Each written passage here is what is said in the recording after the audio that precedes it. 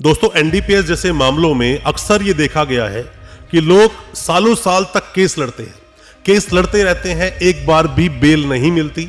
Last में conviction हो जाता है और कन्विक्शन के बाद सीधा वो अपील में चले जाते हैं और बहुत पैसा, मतलब कि बहुत पैसा अपना घर तक बेचकर उन्हें केस पर लगाना पड़ जाता है, क्योंकि बार बार बेल लगाना, बार बार डिसमिस होना, सेशंस कोर्ट में बेल लगाना, हाई कोर्ट में बेल लगाना, सुप्रीम कोर्ट में बेल लगाना और फिर भी बेल का ना मिलना। अक्सर देखा गया है कि किसी के पास से अगर कमर्शियल क्वांटिटी में कुछ बरामद हुआ तो लगातार आप बेल पे बेल लगाते रहते हैं और बेल डिसमिस होती चली जाती है। हालांकि मैंने कई बार आपको बताया कि आपको बेल लेने के लिए क्या क्या सावधानियां बरतनी चाहिए। आज फिर से इस वीडियो में हम उन बातों पर चर्चा करेंगे और ये भी आपको बताएंगे कि बेल आपको लगानी कब चाहिए। साथ में ही जो कमर्शियल क्वांटिटी होती है या इंटरमीडिएट क्वांटिटी होती है या स्मॉल क्वांटिटी होती है, उन सब में बेल आपको कब कब लगानी चाहिए, उसी बेल के बारे में आज बात की जाएगी इस वीडियो के माध्यम से। ज्यादा कुछ जानने के लिए कि बेल आप कब लगाएं एनडीपीएस के केसेस में, दोस्तों बने रहिए हमारे इस वीडियो के साथ। दोस्तों एनडीपीएस केसेस की अगर हम बात करें, the narcotic drugs and psychotropic substance act 1985 में जो ये एक एक्ट आया, जिसके तहत जितने भी मादक पदार्थ जो आते हैं उनके तहत, जैसे कि अगर आप हिंदी में बात समझें इसको, स्वापक, औषधि और मान्य प्रभावी पदार्थ अधिनियम 1985, जितने भी आप में से कोई लॉ स्टूडेंट्स हैं, इस वीडियो को आप सुन रहे हैं या देख रहे हैं, जितने भी आप वकील हैं, नए वकील साहब हैं, या कोई भी कानूनी जानकारी लेना चाहता है, या आपका कोई भी सगा संबंधी जानकार अगर जेल में है या एनडीपीएस जैसे सीरियस मामलों में फंस गया है, ये वीडियो दोस्तों आपके बहुत काम की होने वाली है। वीडियो को अच्छे से देखें, सेक्शंस को अच्छे समझें और समझें जो रेमेडीज मैं आपको बताऊंगा। सबसे पहले दोस्तों आप ये समझ लीजिए कि जो सेक्शन 37 एनडीपीएस एक्ट का है, वो कहीं ना कहीं बार करता है या कहीं ना कहीं वो रोकता है कि आपको बेल ना मिले। जितने भी लोग कमर्शियल क्वांटिटी में पकड़े जाते हैं उन्हें जल्दी से बेल ना दी जाए, बेल तभी दी जाए। और वैसे दोस्तों मैं आपको अपना पर्सनल एक्सपीरियंस बताऊं, जितने भी हम लोग देखते हैं या केसेस हम लोग फाइट करते हैं कमर्शियल क्वांटिटीज पर, तो ऐसे मामलों में ज्यादातर देखने को मिलता है कि बेल आपको हाई कोर्ट या सुप्रीम कोर्ट से ही मिलती है। लोअर कोर्ट मतलब कि सेशंस कोर्ट से ज्यादातर आपकी बेलों को डिसमिस कर दिया जाता है। और कमर्शियल क्वांटिटी में तो हमने ये देखा है कि कई बार गांजा की बात करें, कुंटल के भाव से मिलता है, मतलब कुंटल में मिलता है। अगर हम बात करें किसी के पास 150 किलो, 200 किलो, 300 किलो तक गांजा बरामद हो गया, डोडा चूर्ण बरामद हो जाता है।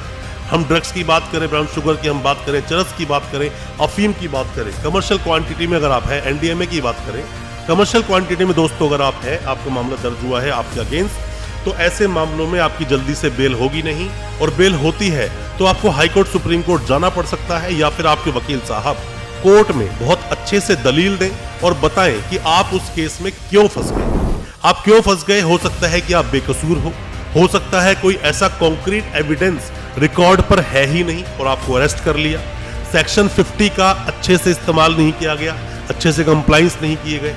कंप्लाइंस का मतलब होता है कि उसका प्रोसेस सही से फॉलो नहीं किया गया। दोस्तों अगर ये वीडियो आपको अच्छा लग रहा है तो अभी इस वीडियो को लाइक करें, ताकि इसी तरह की लाइक से हमें मोटिवेशन मिल सके और प्रोत्साहन मिल सके इसी तरह की लीगल अवेयरनेस की वीडियोस आप तक पहुंचाने के लिए। और आप अगर पहली बार आए हैं हमारे इस चैनल पर, पहली बार देख रहे हैं हमारे इस वीडियो को, हमारे चैनल को अभी सब्सक्राइब करें, साथ में लगा बेल आइकन जरूर दबा दें, ताकि इसी तरह की लीगल अवेयरनेस की वीडियोस आप तक पहुंच सके सबसे पहले। और दोस्तों साथ ही बात एक ये भी होती है कि जितने भी वकील साहब केस लड़ते हैं, ज्यादातर वकील साहब एनडीपीएस केस में सेक्शन 50 को हिट करने की कोशिश जरूर करते हैं, क्योंकि हो सकता है कि रेमेडीज वहीं से मिल जाए। पर सभी केसेस में दोस्तों ऐसा होता नहीं है। दोस्तों केसेस में होता क्या है, या तो आप अपनी बेगुनाही प्रूव कर देंगे और या तो फिर वहां पर जितना ज्यादा हो सकेगा आप डाउट्स का बेनिफिट लेंगे, मतलब बेनिफिट ऑफ डाउट्स, कि आप उसमें सीधा रूप से मतलब कि दोषी नहीं है, वो आपके पास से बरामद नहीं हुआ, या फिर आप उस केस में इन्वॉल्व नहीं है। ये सब भी देखना बहुत जरूरी है। सेक्शन 50 को यूज किया जाता है ज्यादातर एनडीपीएस के मामलों में। दोस्तों कई बार ऐसे सवाल हमारे सामने आते हैं कि सर क्या स्मॉल क्वांटिटी बेलेबल ऑफेंस है, हमें थाने से बेल मिल जाएगी। दोस्तों मैं आपको ये बात बता दूं कि एनडीपीएस एक्ट के तहत तीनों ही मामले, चाहे वो स्मॉल क्वांटिटी हो, चाहे वो कमर्शियल क्वांटिटी हो, चाहे आपके पास से कोई भी इंटरमीडिएट क्वांटिटी बरामद हुई हो, ये तीनों ही मामले नॉन बेलेबल है। ऐसा कोई मामला एनडीपीएस में है नहीं जो कि बेलेबल हो। सभी मामलों में पुलिस आपको डायरेक्ट तरीके से अरेस्ट कर सकती है और जेल भेज सकती है, और ऐसे मामलों में बेल लेना मुश्किल भी हो जाता है। अब हम बात करें तीनों मामलों में बेल किस तरह से हो जाएगी। अगर हम बात करें स्मॉल क्वांटिटी में इजीली आपकी बेल हो सकती है।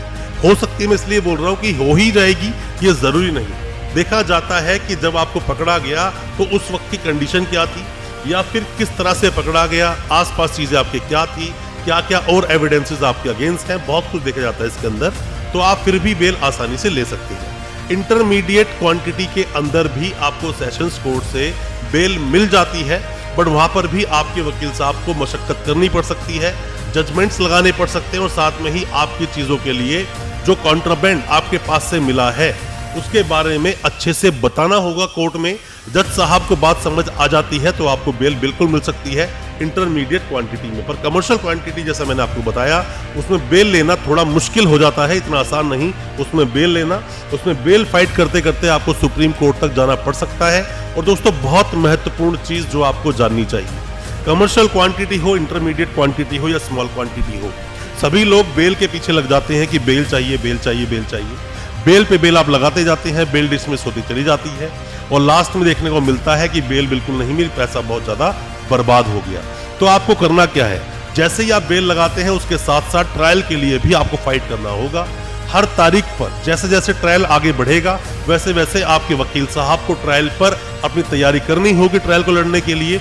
और उस केस को अच्छे से अगर वो लड़ते हैं, अच्छे से प्रेजेंटेशन देते हैं, इंटरमीडिएट क्वांटिटी हो, स्मॉल हो या फिर कमर्शियल क्वांटिटी हो, आपको ट्रायल पर ध्यान देना ही होगा बेल के अलावा। आप बेल लगाते रहें और अपने ट्रायल पर विशेष रूप से ध्यान दें। साथ में जितना जल्दी कोशिश करें आप कि अगर कमर्शियल क्वांटिटी का मामला है, जल्द से जल्द चार्जेस फ्रेम हो, जल्द से जल्द मामला आपका एविडेंस पर आए। क्योंकि मैंने कई बार देखा है जो हमारे पास केसेस आते हैं, एक साल, 1.5 साल, 2-2 साल तक बीत जाते हैं और अभी तक चार्जेस ही फ्रेम नहीं होते। जब तक चार्ज फ्रेम नहीं होंगे एविडेंस पर केस नहीं आएगा। एविडेंस पर केस नहीं आएगा, आपके वकील साहब सवाल जवाब करेंगे कैसे? सवाल जवाब नहीं होंगे, आपका केस टूटेगा कैसे? और केस नहीं टूटेगा दोस्तों, आपके ग्राउंड्स बेल के बनेंगे नहीं।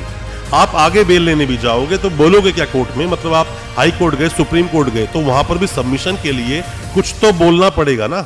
तो बेहतर है कि आप चार्जेस पर अच्छे से बहस करें, एविडेंसेस पर जाएं, क्रॉस अच्छा करें।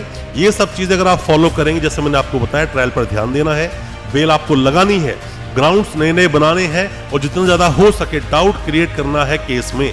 क्योंकि दोस्तों, एनडीपीएस के मामलों में प्रिजम्पशन, जैसे हमारे देश का कानून बोलता है कि an accused is innocent until proven guilty, और यहां पर दोस्तों सिस्टम दूसरा है, an accused is accused until proven non guilty. मतलब जब तक वो दोष मुक्त नहीं होता तब तक उसे दोषी ही माना जाएगा। एनडीपीएस एक्ट यही बोलता है। कमर्शियल क्वांटिटी में बेल लेना बहुत मुश्किल हो सकता है। बहुत अच्छे से केस को, ध्यान से केस को लड़ें, जितना ज्यादा हो सके डाउट्स क्रिएट करें, सेक्शन 50 का इस्तेमाल करें, और अपने केस को अच्छे से प्रेजेंट करेंगे तो कमर्शियल क्वांटिटी में भी आपको बेल मिलेगी, और स्मॉल क्वांटिटी को बेल मिल ही जाती है। और जो इंटरमीडिएट क्वांटिटी है उसमें थोड़ी मशक्कत होती है, बेल उसमें भी आपको मिल जाती है। कोई भी किसी भी तरह के सवाल अगर आपके दिल में है एनडीपीएस को लेकर, एनडीपीएस केसेस को लेकर, बेल को लेकर, कोई भी सवाल आपके दिल में है, कमेंट बॉक्स में अपने सवाल पूछें या हमें व्हाट्सएप पर मैसेज करें। हो सकता है हम कोई आपको एडवाइस कर सके और आप अपने इस केस से बाहर निकल सके। दोस्तों, उम्मीद करता हूं आज का हमारा वीडियो आपको अच्छा लगा होगा। अच्छा लगा हो आज का वीडियो, हमारे चैनल को सब्सक्राइब करना बिल्कुल ना भूलें, साथ में लगा बेल आइकन जरूर दबा दें ताकि इसी तरह की लीगल अवेयरनेस की वीडियोस हम आपके लेकर आ सकें सबसे पहले। बहुत बहुत शुक्रिया दोस्तों, धन्यवाद हमारे इस वीडियो के साथ बने रहने के लिए।